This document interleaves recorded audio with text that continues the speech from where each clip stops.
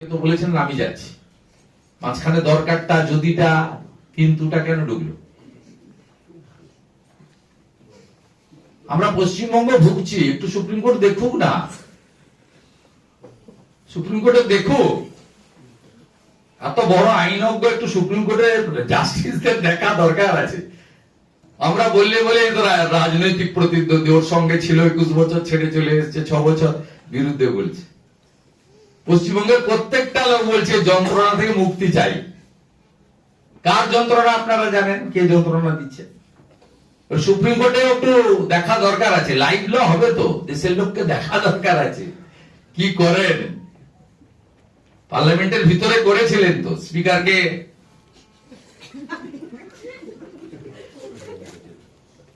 দেখতে চাই আমরা। বিধানসভায় কি করেন তো অনেকে দেখে। হ্যাঁ, যেটুকু লাইভ হয় তাতেও তো এই হুমায়ুন খুব বেড়েছো,